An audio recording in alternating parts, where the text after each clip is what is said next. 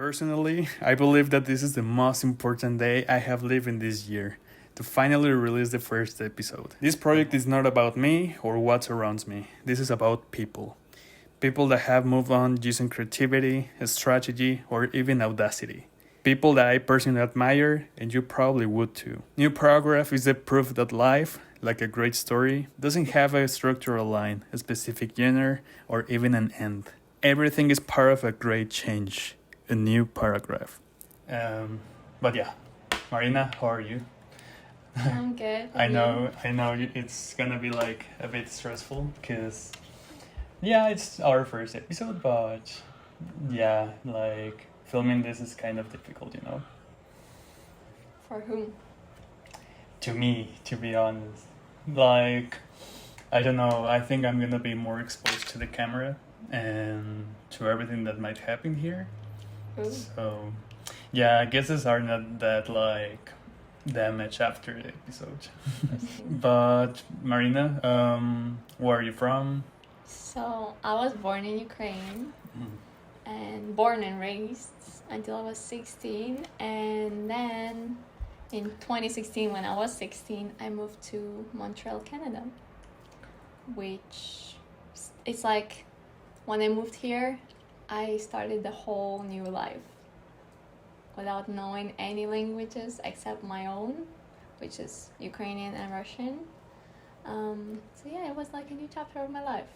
So you found like a big contrast between your homeland and Canada, like as big as that, or Not really. It was mostly the people. Everything else was like, okay, it's pretty much the same because Europe here, not that big of a difference, but people. how are in Ukraine and how are there? Don't know, just people at the time when I got here, people were a lot more open and welcoming and very nice, which, don't get me wrong, there's nice people in Ukraine too. Yeah, but Canadian people are like, let's say, known or popular because they're kind, like they're also well educated, let's say. Like they say sorry for everything. That's me. Like I say sorry for everything. And in Ukraine, I have known people from Ukraine and they're well educated too. Like they can have like a conversation with you for sure, but they're more straightforward, you know, like Yeah, that's exactly. the thing. They're not as warm as perhaps a Canadian or a Mexican as I am. I'm not that warm with people, to be honest. I try, but yeah, at least I respect people, you know. Yeah. But yeah, Canadians have like that famous thing of, like on their forehead, like they have the attitude like sorry. But yeah, like, and what other countries have you found like in Ukraine and here? But here, And funny note, today is Ukraine's Independence Day. Or how is Independence Day in Ukraine? How would you celebrate there? wow, I'm not that big on the history. I kind of failed it. Everyone. Well, if I start from long time ago, I'm not gonna remember, but Yeah. this independence was starting from when the URSSR, what do you call it in English? SSSR in Russian, like broke down. So Ukraine became independent country, and it's 31st year now, Oh, okay. and we're still fighting for our freedom. Yeah, that I know. Like, I have seen pictures, but so from 2016, you came, no, Yeah. 16, right? Yeah. You came here to Canada, you started like a new life with your family. And how was like the education here like for you? They didn't see you like, well, it is normal that people when you're foreign, they might be interested on you, so you didn't feel like that interest from others, like to be a friend of them. Not really. Maybe a little bit at first, because I went to like a regular class for like everybody, But then I went to an immigrant class and nobody cared because everybody else was immigrant there. And I think the only thing that people cared about were like being like, oh my god, this girl, is because I was blonde and I had blue eyes. And there probably was one or two other girls in the high school I went to who looked similar to me. That's why I was like exotic for them, but for me, I didn't understand that because I come from a country where it's normal. So that was like the only thing. But when I got here, my goal was to be friends with everybody except like Russian or Ukrainian because I wanted to learn new cultures. Yeah. And get friends like from all different places around the world. But it wasn't hard to you, right? To be involved with others that are not from Ukraine or Russia. I find it was much more adventurous. And if you have that set up in your head, like, oh, I'm so excited to like meet new people from different places, you don't see it as a challenge. You see it as like, oh my god, yes, let's go. That's how I was. And I actually met people like from Korea, from China, Jordan, even like Brazil, every place around the world. I know, so interesting. Montreal was the first city you landed to in Canada? Yeah. I've never been to Canada before. It was my first time. Yeah. But I don't know, when I landed to Montreal specifically, I felt like home right away. Yeah. Montreal is like, let's say, homey place. Yeah, in a way. In a way, yeah. Well, it depends of which season of the year you come, because winter is not that homey. Well, for me, I come from a country that is the same. Oh, well, that's true. So for me, I didn't really care because it's cold, it's much winter here. I didn't really know what I wanted to do in life. Still don't know. But I knew there were like some things that I liked to do. And it was like just a program I found online at that college. And I was like, that sounds very interesting. And I applied. And it honestly was the best choice I've made so far in Canada. Also dating you love. What did you study at Dawson? So the name of the program is Community Recreation and Leadership Training. Nice. Which it's hard to explain because this program has a lot in it. Yeah. We learn so many things, so many useful skills, life skills and professional skills. Sounds like that. Like, gives me that idea, like leadership. And what are the other names you said? Community recreation. So Community like you have recreation. community, and the recreation is like leisure. So also you have most of the time you have to work like in teams, I believe. Like, it's more like not individual work but teamwork. They kind of do half because you have your personal projects and yes, you're right, team projects, which we had quite a few by the second and third year. Was very interesting. But and it's interesting because, to be honest, I like when it's more like teamwork or community work. Oh, really? I like it more. I'm like individualistic guy, I believe. I like working alone. I like doing my stuff like by myself. But I found more important to work as a team, like as really? a community. Because I don't believe in individualism, because no one is individual. We're just effect of all those people that educated us. We are actually in the building that we didn't build up. They were built by others. So everything is like in constant community work. So individualism is perhaps like a small part of humanity, let's say, because we're like in a way like connected. The world is mostly like a community more than individualistic. And in your program, I believe you help others, like segments or groups that are probably vulnerable to segments are bigger in a way, or with a bit more, let's say, power, or less vulnerable. So I find it like more human. Like, yeah, that's my way of seeing your program, let's say. Yeah, I think I went too deep. Sorry for that, guys, but yeah. I think it's the first time you actually said that. Mm-hmm. It's very interesting because till this day I didn't know you felt like that. It's because, for example, kids, you have worked with kids. So kids need that push from other humans as a community. Because, as I say, we are just like effect of the ones that educate us or orientate us to do something, action. So kids that are perhaps vulnerable, they need like to be oriented to the ones that are like, let's say, well oriented or prepared to push them. So that's why I find it like important to be more a community. Like a child can be alone.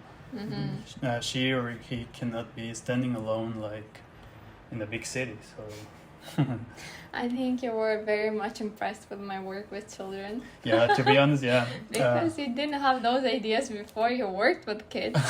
You can have like a perspective of how they can live. Like you can see the parents and you can perhaps like having a sensation like, okay, that's why that kid maybe is having this kind of attitude. Perhaps this kid is developing like anger issues because of his mom or his dad. It's more like psychology based. Yeah. But it only came to me with experience. Even though my program gave me a huge base for working in the community and with people and for people. But it's only with my own thoughts and like some kind of readings that I've learned that, oh, there's actually like stories behind why kids act like that. Yeah. And what's like the approach of working with communities like? Because it's not like school. School is completely separate thing, educational thing. But our centers, they provide different kind of programs. But let's say you have a center and there's like 10 different programs. And kids just go and do one thing or maybe another and third, fourth. But that's pretty much it. And we try to give them everything we can. Yeah. But at the end of the day, this is the best we can do. And for the outside, it's harder because in a way, we give them everything we can, but they also have to develop themselves. Yeah, be independent. And of course, whenever they need, they come back. But I think because I work with the little kids and it's not the same story, it's more with like teenagers where, yes, they have also programs. I don't work with teenagers. I find it's hard for me. I don't really know how to deal with them. It's like there's a lot of talks that have to be done with them, and I think it's more of your thing. I'm good with like kids, like helping them doing fun activities, but teenagers sometimes they give you so much attitude, and I cannot really deal with it. I'm not at this point of my life. I'm not interested in that. They might be rebels sometimes. Yeah, and I just find little kids, in my opinion, like, not really in my opinion, but like, I want to give them more help. Yeah, it's because those ages are crucial in one's, like, how you call it? Yeah, like development. Yeah, exactly. So, okay, and what was like your inspiration to be working or studying this leadership program and community centers? Honestly, when I was going in it, I didn't really understand what is gonna happen. But my idea or like my goal was that I found myself, okay, so I was 14 years old and I was in Kiev, in Ukraine, capital of Ukraine. And it was like when that first war started in my city, we had to move. And then I was there, we lived with our friends. And I walked in the park and I saw that poster of some kind of festival that's gonna be starting like next day or something. So Festival of music festival or no, it was just like community festival. Like Okay. there'll be like activities for everybody, from children to like adults, like painting, dancing, da da da da da da, and different other activities. And I was like, that sounds very interesting. Plus, the person who organized it, it was one of the well-known Ukrainian TV hosts, and I really liked her. She was incredible. She is incredible. What's her name? Her name is Slava Frolova. Okay. Slava. Slava. That's her name. And honestly, like, Slava in Ukrainian means like glory. It's like Okay. when you say Slava Ukraini, glory to Ukraine. So Slava. But there's like short version for the Vyacheslava. Yeah, I know. Anyway, so I went there and I was like so excited, and I don't remember too much, but at the age of 14 I started volunteering at that festival for the whole summer. And I would spend like 10-15 hours per day every day, and Oof. I wouldn't want to leave. And that started like my community job, I think. When I got to Canada and I went to this program, to Community Recreation Leadership Training, shortly CRLT, I didn't even realize at first how much it was connected to what I started at the age of 14. I just felt like it was right for me. So I did it, and I worked with people. I was helping like different workshop leaders to like help set up everything and like talk to people, explain all the information on the schedule. This is how I started. And yeah, I worked for the whole summer. It was the best summer of my life. Still, like till this age, this was the best summer that I've ever had. I do love you.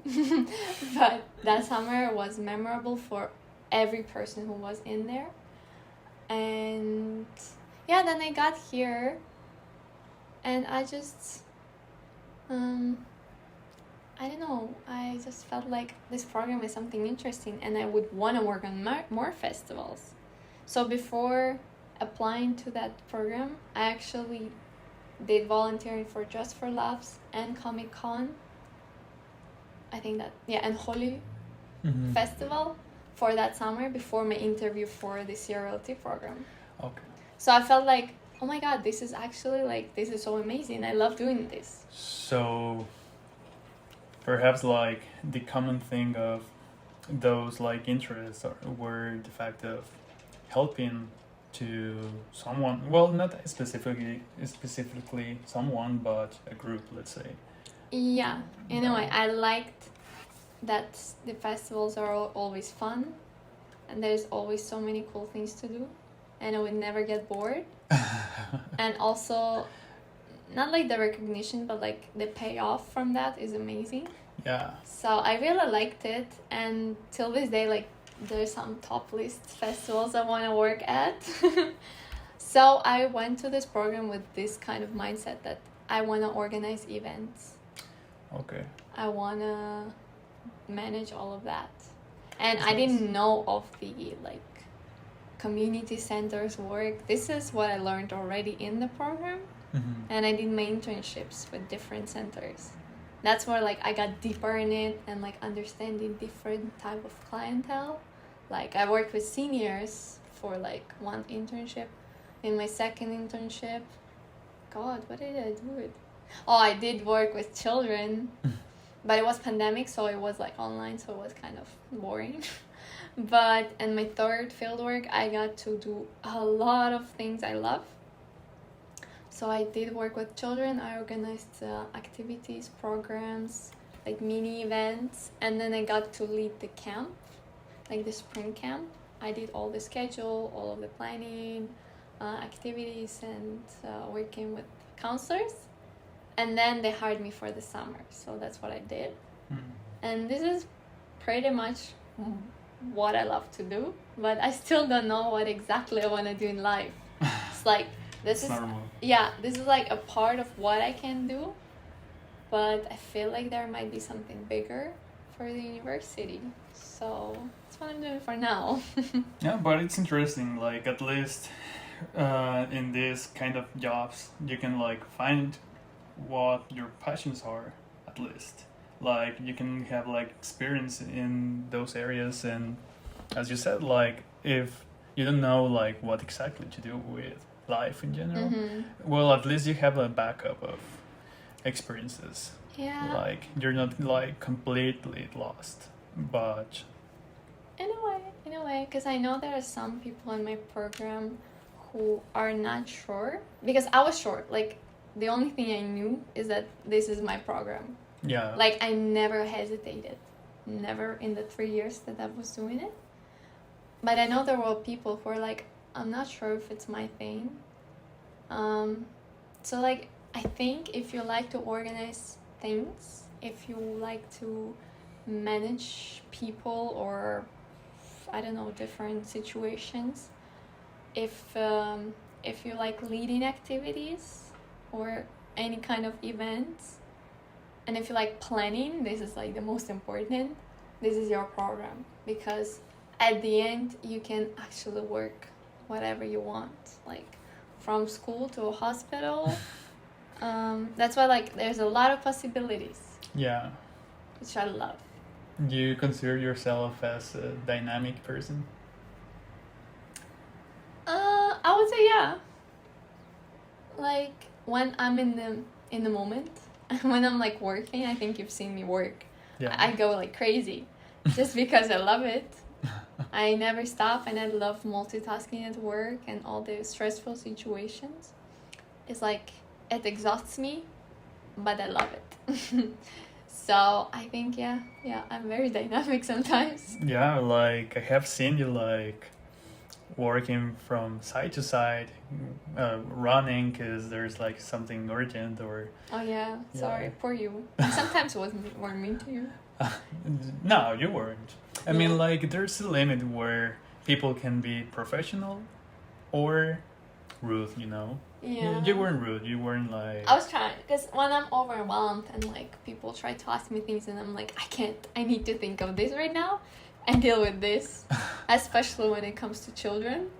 So. But I identify myself like as you. Like sometimes I think like I'm kind of rude. Oh. Who, but not you, baby. Yeah. Sometimes No. my voice gets like, let's say, like with lower voice, or Yeah. I get like too direct with people, or if I wanna do stuff, I just do it, or if I need help, I find someone to help me. You know, like if I need something, I mostly get it. If I don't get it, okay, it's okay. But the more I see activity around, the more I feel comfortable. Because if for example we're working together and we keep like working and running everywhere, but we see like 3 individuals like of our team like doing nothing, of course I'm gonna get like mad. I would like them to help us, at least with something like cleaning something or whatever the situation is. But yeah, I think professionalism is actually lacking now. I have seen that, like, I don't want to sound like a 60-year-old person, but I have seen like in new generations, like at least 5 years after us, they don't Not want to. even less. Yeah, even less, even our age. Like I have seen people that they don't want to waste their energy at all. Like not with any intention, not even for themselves. To be honest, I work with like Gen Z, you know, these people who don't want to do anything, and it's not like something is happening in their life. It's just because they don't want to do anything. And yeah, this kind of ideas is kind of heartbreaking to me. Like aiming to people to say like you're not doing anything because of your social class is something like is not reflecting nothing. I know people that are lower class that actually don't do anything and they're lazy as well as the upper class. Like what I'm trying to say is that no matter where you are, no matter what you have around you have to take it in advantage. You have to start with with the things you have, and this is an example of this. Like that's why I'm telling you, like, let's start with the phone, with this phone, with another phone to record with just a light. Like, and to be honest, this is not like the fanciest thing. I hope I'm gonna develop it better in the future, but what I mean is that you have to start with something that you have in hand, and then you have to develop, like, yeah, this is like a business, like, and perhaps I'm just being like ignorant because there are like bigger problems. I know here in Montreal we see like people in the streets, but we don't know their stories. And Yeah, exactly. so, But I told you more like of the people who have like the new generation. They have everything they need mostly, but they're not interested of doing anything. That's like what makes me kind of scared for the future generations. they have to Yes. develop interest in something. Yeah, and they just don't want to do. They don't want to put an effort in anything, and it kind of like scares me for the future. And to be honest, it's gonna be a really, I don't want to say that and actually can become real, but it can be a depressing generation It because already is. they're losing their desire. They desire to do something, and the lack of desire is truly related to depression. So people, you have to find your desires. And it's not even finding. Indeed, the desire is the desire of having desire, and they're losing the desire to desire. So and it's just because of our global like systems, like And it becomes just softer. mhm. Like we've been also depressed and sad, and it was Yeah. hard to work. But because we came from a generation where it's like suck it all in and go do it. Yeah. Even though at the end we have our own traumas, but I think it was good that we were in that kind of generation because we had to push ourselves since the young age, and now we are stronger.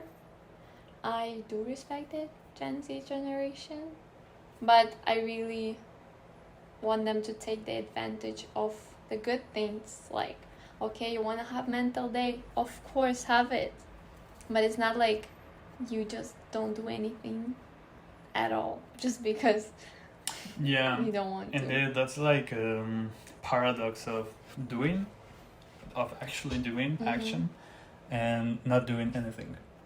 It says that doing something can lead you like to certain alternatives or situations, Mhm. and doing nothing, well, it even though you're like inactive, it leads you to other situations that are totally different to action, Mhm. but it won't give you like the same impact. There are two different ways, let's say. Mhm. Actions lead you to more impacts and to more Yeah. experiences than unactiveness. So people, if you feel yourself like unactive, well, you will find something, but not as valuable as actually the action. Because if you're pretending to learn from your phone, watching TikToks, well, that's not gonna help as much as if you read a book or if you go outside and find something to do. Like, it's not gonna. You don't have to capitalize your stuff. You just need to do something to learn. Like, it's just the way you act. You will find out some other alternatives. You know how we sound right now? How? Like an old couple who's saying all the crap about the other generation. Yeah. To be honest, I think I'm talking a lot. Like, but it's part of it. So, what are your hobbies like outside these centers or outside working for festivals? Oh, What are the you stole my hobby. That's actually your hobby? Well, they don't pay me. I do the volunteering there. Yeah. But this is my top thing because even if I'm exhausted, you saw it. I'll still go and I'll still enjoy it. But apart from that, because I work so much, my other hobby is to sleep. Is to get some rest. I like to stay alone hard with you. Because I'm an introvert and because I work so much with people, I gave all of my energy to them throughout the day. So I do need a rest. Mm-hmm. I like to travel. Like whenever I get a chance, I wouldn't mind going somewhere. Yeah. This is a good thing, yeah. But apart from that, I would just stay home. For people, I'm boring. no. No. Well, for the people that know, you're going to travel to I am. Europe. Europe.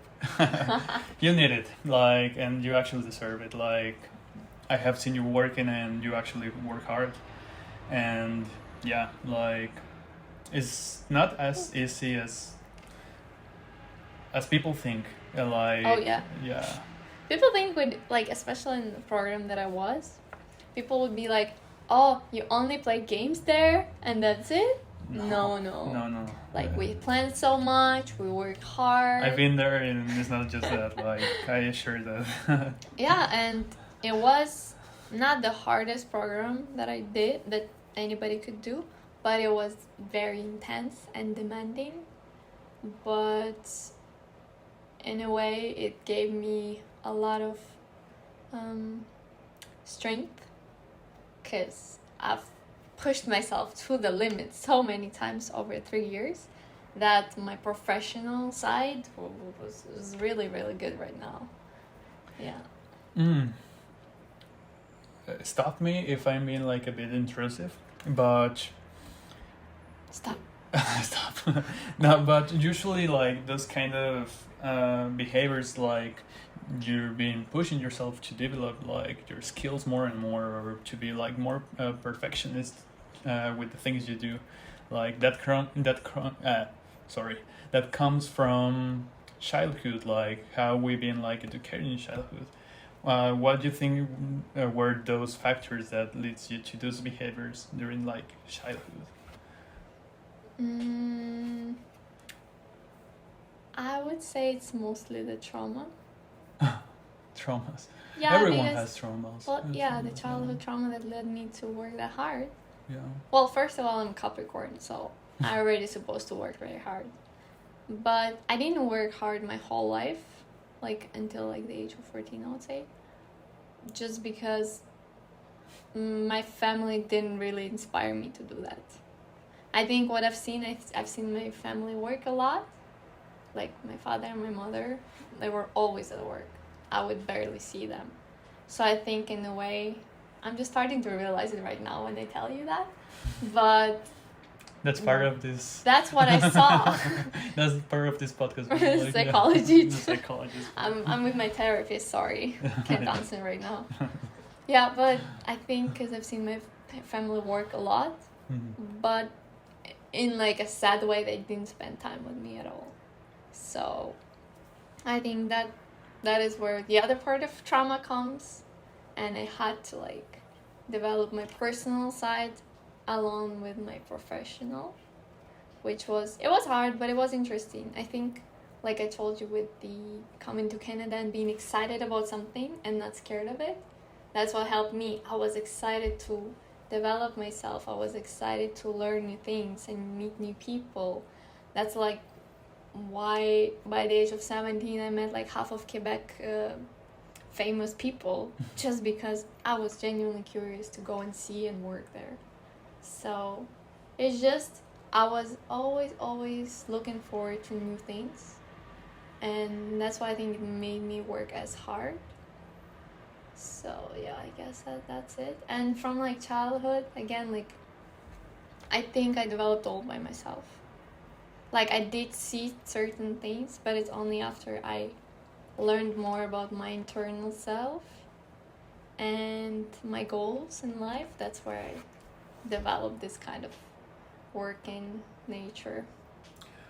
Yeah, like it's interesting because people, when they're like growing up in their childhood, they discover like certain situations where life puts them like sometimes like in dead life situations or decisions, or as you said, like those small traumas like that in childhood we develop, like we don't see our parents, or our brother punches in the face, or our mother screamed us like right in the face and used her belt to, smash our asses. I had that. So it's interesting, like knowing like the background of people, and I don't know, I find it interesting. Like It is. and what's next for you? Like you have like other projects in mind? You wanna? Well, you're gonna go next week to Europe, and you're gonna stay there for a month. So, is it part of any project you have to have inspiration, or what's the purpose of going to Europe? I think I don't have like the goal, but I do have idea of what I want to do. Well, first of all, I do want to get some rest, and I do want to discover new cultures and meet new people, and just to travel, because I think when you travel, especially alone, you have a lot of time to reflect. A lot. And when you meet new people, you're in different situations. You kind of grow a bit faster in those situations. So I think it's gonna be that. I don't know exactly. I don't want to have too many expectations. Mm-hmm. But I want to get rest. I want to see new things. I want to travel to new places or some dream places that I had in mind, and meet new people. So that's like, this is my personal project. And I've been looking forward to like going anywhere for a long time. So I think it's a good opportunity that I can take this month and go somewhere.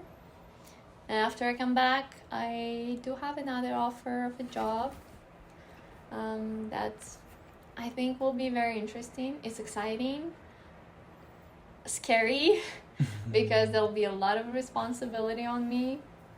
And yes, I just wanna get rest and then come back and go in with like a bigger energy, with more inspiration, because this work will require me to be more creative, and I just hope it will work.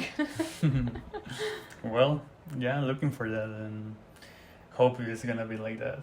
Oh yeah. Because traveling alone is a thing. I have heard many stories from friends. Don't tell me.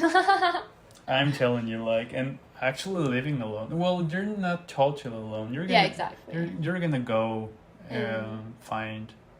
Well, and I'm gonna see some friends around the Europe. Okay, that's good. So I don't know how dangerous Europe can be, so I don't believe it's as dangerous as other countries, but just in case, Depend, but like here, even like here, I walk and some creepy people come to me. There are many people. And outside. here, at least, I'm like home-ish. Yeah. But to be there alone on the continent, that is scary. Yeah. Not gonna lie. Don't watch scary movies about traveling. No. Like all the things I hear about like human trafficking and other things, and I'm just like, I can't believe this thing exists. Like What? Human trafficking. Oh yeah. You're saying it like it's a normal thing. Like No, hello. yeah, I just received the transaction. No. Like it does exist. It's scary. Is sorry, but like it's horrifying, and Europe is popular because of that. I have heard Mexico too, and US US. In US, indeed, not only trafficking people, but you can traffic your insides. You can sell part of your insides to pay your rent. Well, that's like, I'm not gonna go that crazy. Yeah. But yeah, it's scary to be a woman in this world nowadays. Because even if I go out with no makeup, messy hair, and weird clothes, men still stare at me. Today I listened to a podcast about two guys that I like to listen in Mexico. And one of them was talking about his experience in a music festival in Europe. Mm-hmm. And he was saying like, bro, it's pretty cool to go to Europe and see women that are almost naked and men are not going like against them, like they're not Mhm. going like behind the girls, like Really? to see what they can get, you know, like Why? it's their education is it's better in I that hope sense. so, because it's been scary lately here. In Montreal, yeah. Yeah. So Yeah, it's better to not just get like too sure of it. It's better to be prepared for that. I will be, but it's the whole fact that Yeah. we, like, women cannot be safe. I felt very safe in the first 4 to 5 years in Canada. I felt very safe, and I lived in a safer neighborhood. But lately, have you heard all of the stabbing and the shootings that have been happening? That's like one part, but also like men going like a bit crazy on women. Since the beginning of this year It was to today, like US, like really? yeah, it's been like 20 murders here in Montreal. Like around that. it wasn't like that before. Mm-mm. So that's Yeah. like, okay, let's not talk about this part. I like it, but okay, yeah, you're right. We're here to talk about what are those like places you're interested to visiting in Europe? Well, initially, I really wanted to go to Spain. I wanted to go to Barcelona first Yeah. and Madrid, but I don't know, I was checking all the regulations and then and also tickets. So it was easier to go to France. So I'll be in Paris for a few days. And I want to meet my sister, my cousin, we call it sister, Mm-hmm. in another city in France. And maybe I'll see, depending on how the trains are, I might go somewhere else in France. If no, depending on like my schedule right now, because that I want to meet my friend also somewhere in Europe. I want to see by the timing, and maybe I want to go to Spain actually. I'll try my best. Mm-hmm. I need to practice my Spanish, huh? You don't teach me? They're gonna teach me. It's hard to it's actually hard to learn Spanish. Now imagine to teach it. Any language is hard to learn. No, English is the easiest I know one. baby. Well, yes, some languages are easier, but every language is hard. And knowing 4 languages, I know what it is. I think I know more words in Russian, Ukrainian than you in Spanish. Yeah, pretty much. Russian and Ukrainian. Now, what are the words you teach me? Russian or Ukrainian? Both. Mostly, I think, Russian. And, well, let's talk... I would like to talk about those differences in your language, like Ukrainian language and Russian language. Because I have heard people saying that, bro, it's the same. Like, why they say it's Ukrainian or Russian? And I tell them, like, it's as if you're from Mexico and you start talking and the Colombian tells you, like, no, you're from Colombia because you're using the same words as me. It's like... No, it's a bit different. Because if you know Ukrainian, you can understand Russian, Belarusian, a bit of Bulgarian, a bit of Slovakian, a bit of Polish.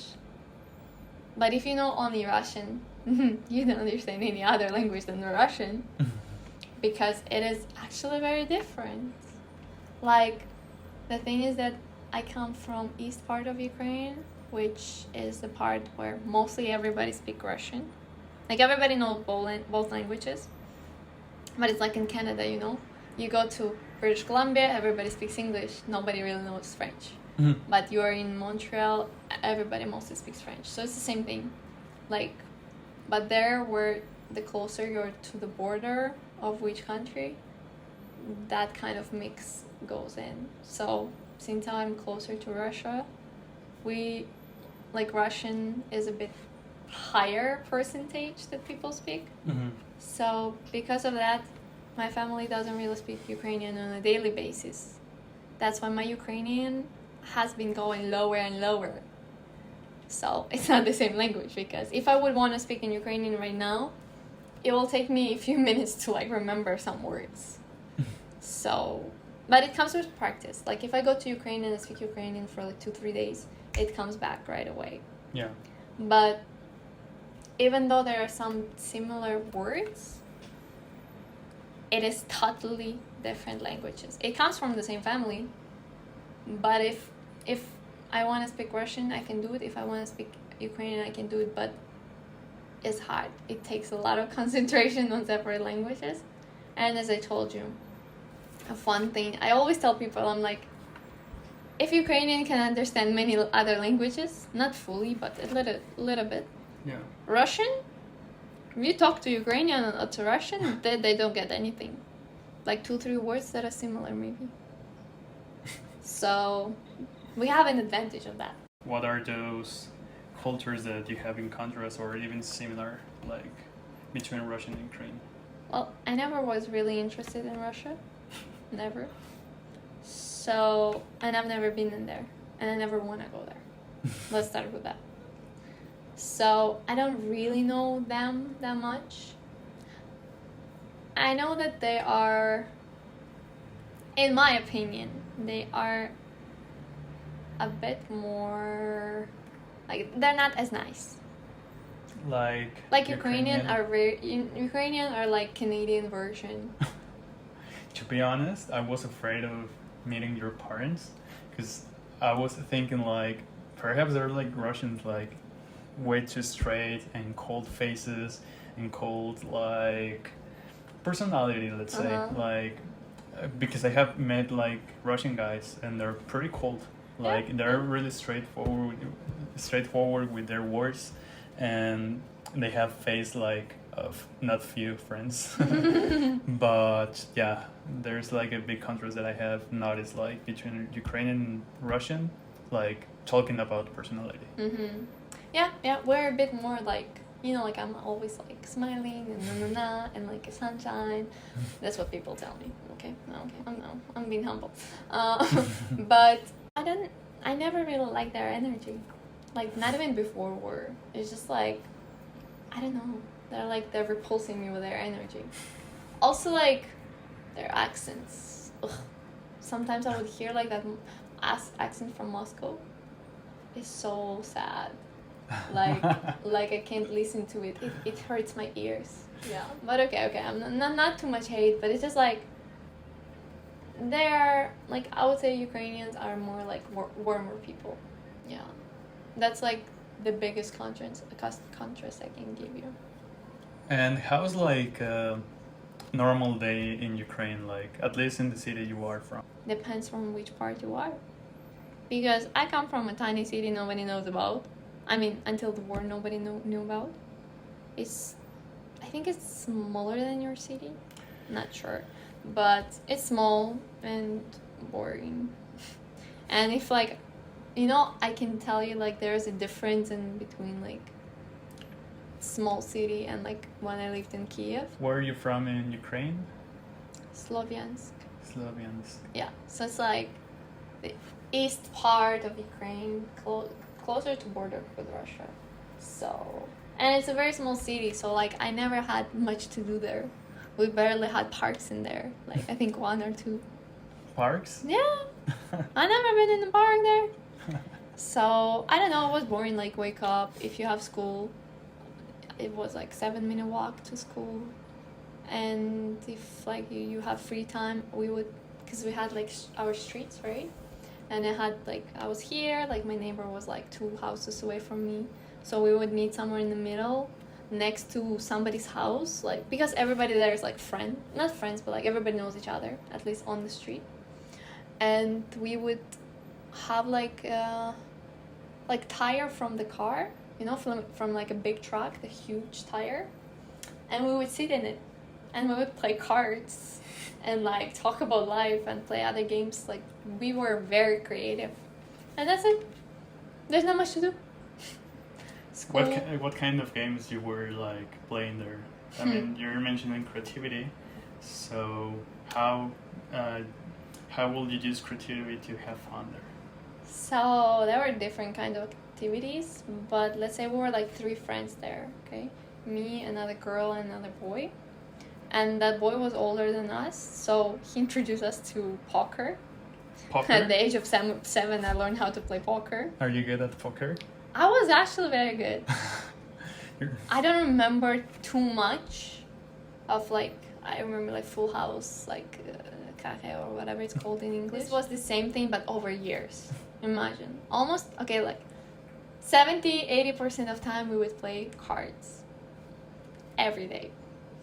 Another games we did were, so we had, when we were younger, we had it like the game, I think we called it like a store or like grocery store, and we would take leaves from trees and we would like have money or like some princesses, whatever, your mother, father, I don't know, it was fun. Like we would spend like the whole day playing it. Another game that we really liked, it was, we called it the cross light. It's like red, yellow, or red, yellow, green, and you had like a line, and you could pass, like somebody saying like, let's say color red, and if you had it on your clothes you could pass by that line. Okay. And if you didn't, the person in the middle would like catch you, like you had to run through it, so the person would catch you, you would take their place. So like, you know, like a line, and then like let's say it's a green and I don't have any green, and the person in the middle stays there, and I have to like trick them to run through past them. Oh, okay. So that was like a game that we played a lot. I believe it is called Spiderweb. I have no idea, but Okay. it was one of our favorite games. And another game was with a ball. It was I know that there is a name in English, but I don't remember. But you would have to, somebody would be in the middle. I don't even remember how it was played. But you had to throw a ball, and I think to hit somebody, so then like you're out. Or something like that. I don't remember. Yeah, I believe I know that game. You put the ball in center, you make a circle, you put a ball in the center, and then you have to mention someone, so everyone has to run. And that person... No? We had to have it in our hands and throw it to somebody. I don't remember exactly, but in my head I have a picture of how we crossed the line, da da da da da. It was interesting.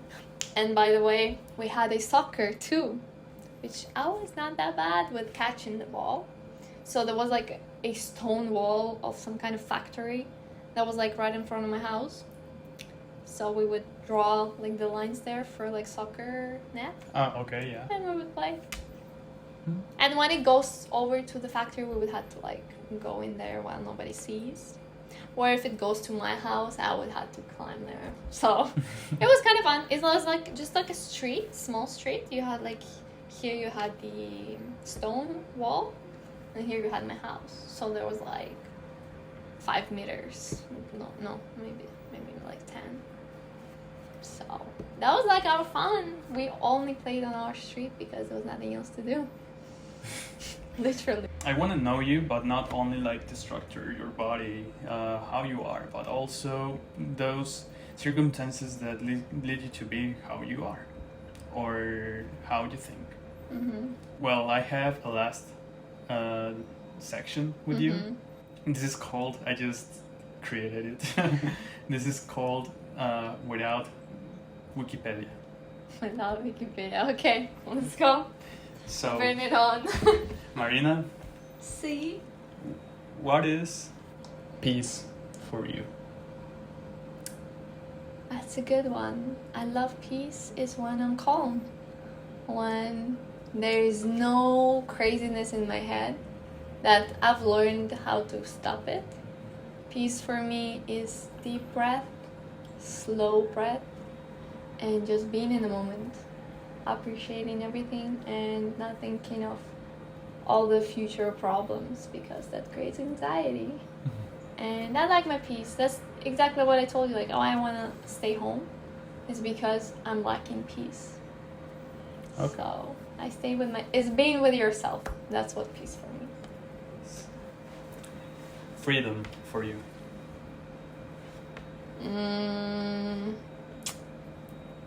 Deciding everything for myself.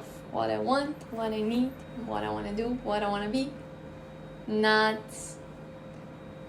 feeling like people or like family would bring you down, like would stop you from it. So I think that is my freedom. It's like the choice of doing anything I want at the moment. And so nobody will limit me. I'm not looking at you, no, I'm just saying in general. Oh, baby, by this time you know me well. It's hard to limit me. I would limit you 10 times more if you're gonna step on that. Okay. Okay, good answer. Okay. And last?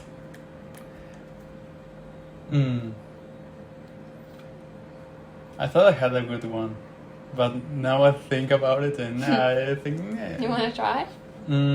I will say love. I was about to say yes. I had that idea for you too. But I think we're oriented to something more coursey, you know, more like. I mean, I'm actually curious. What is love for you? For me, I have two different perspectives. Okay, let's go. In the way that is like pretty, let's say, solid, concrete. It's just like the way the brain is like. Okay, what it is for you actually? It's because I have those concepts like. Yeah, no. What it is for you? What it is for personally. Me? You don't just think, oh, it's the chemical reaction. That's why I love Maryna. No. There is a reason. And to be honest, that kills everything. Like, yeah. No, for me it doesn't, because I love science a bit too much, and it's actually true. But what it is for you personally, love? Okay. To be honest, I don't have like in specific. You don't have to. No, yeah, that's what I'm like. Yeah, talking about. Like, I have no specific words for love. But I prefer to feel it. Like, I don't want to describe it. I want to feel it. But what it is that feeling? What it is that feeling? Oof. Doing stuff that you wouldn't think to do. Changing your perspective of life. Like, you have now another reason to be like moving around, to develop yourself. Perhaps love is not like that for everyone. There are people that are way more independent, that they are not interested to have a person or someone to be loved. Let me tell you, everybody needs love.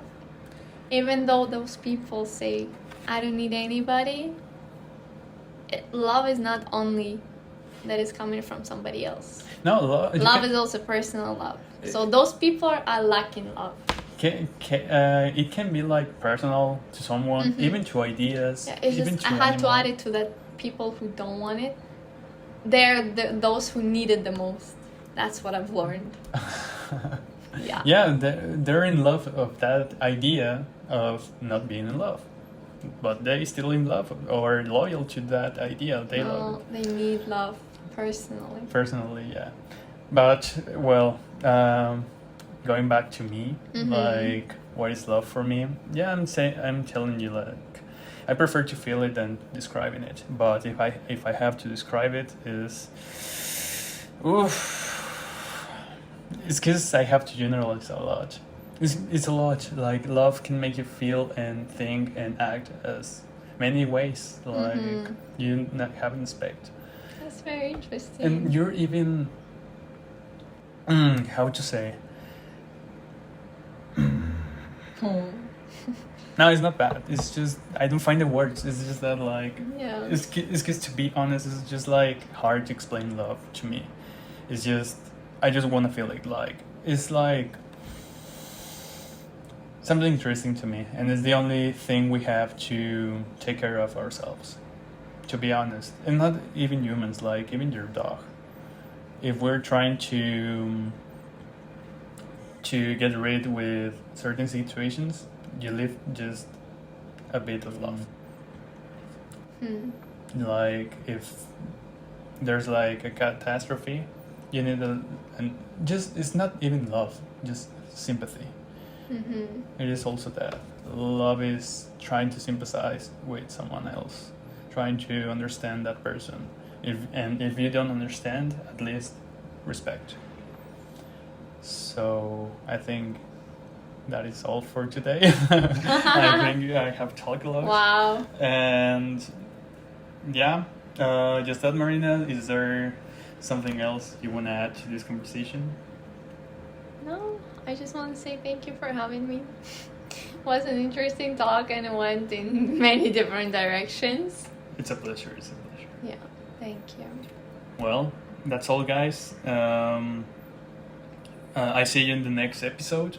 To be fair, I still developing this podcast since this is the first chapter. And thank you, Maryna, for being here. And thank you guys for listening. So see you in the next one. Thank you. Bye-bye. Bye. Good one. Good one.